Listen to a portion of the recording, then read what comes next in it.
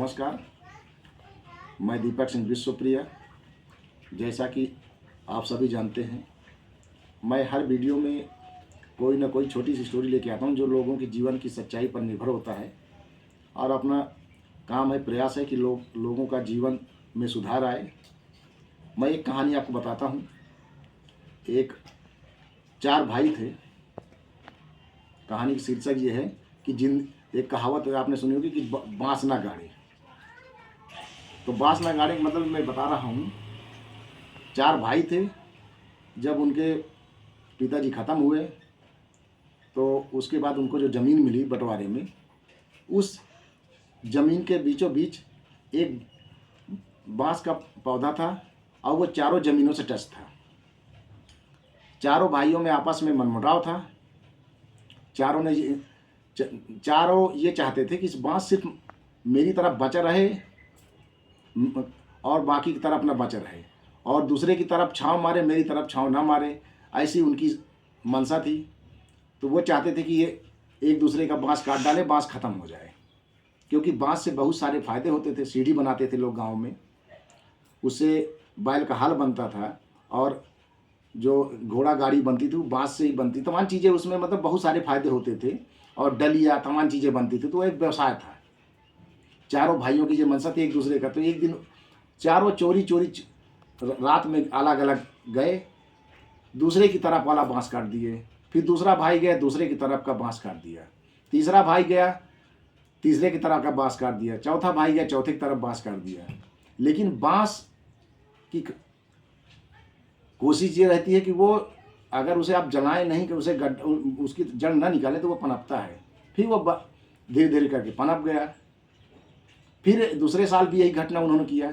एक दूसरे की तरफ काट देते। उनका मतलब था कि उनका बिजनेस बंद हो जाए, मतलब वो जो उससे कमाते थे बांस से, वो कमाना बंद करें। ठीक है ना। इस तरह उनकी सबकी आर्थिक स्थिति खराब हो गई।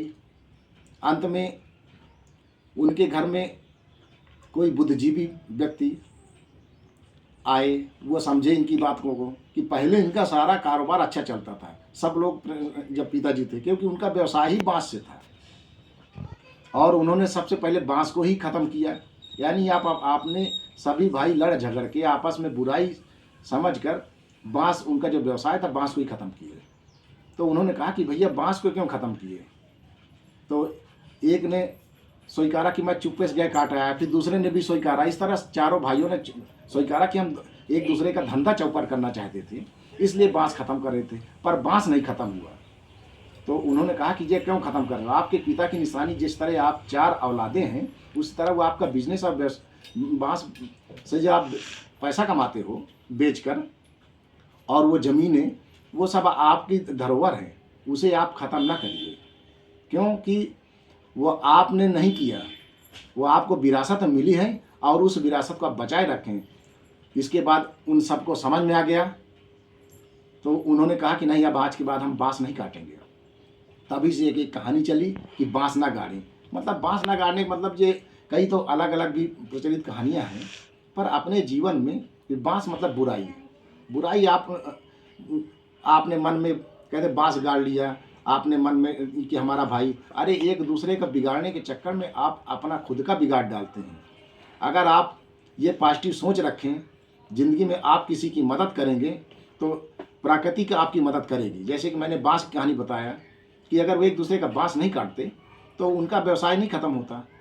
अंत में फिर बांस की जड़ी थी, वो पनपा, और उनका बांस बड़े हुए, फिर बांस बेचने लगे, फिर उनका व्यवसाय चल निकला, और सभी भाई खुशी खुशी रहने लगे।